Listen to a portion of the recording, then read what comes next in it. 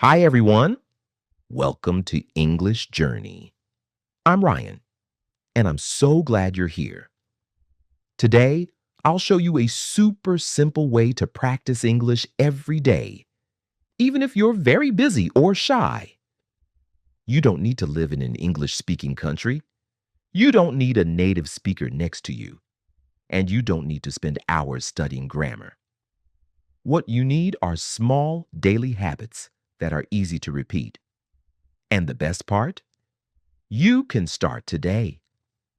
Let's get started.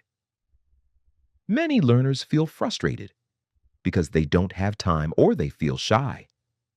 They think they must study for hours or wait for the perfect moment to speak English. But the truth is, small daily actions are more powerful than long occasional study sessions.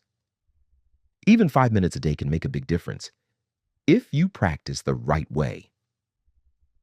Now let's practice together. Repeat after me. I practice English every day.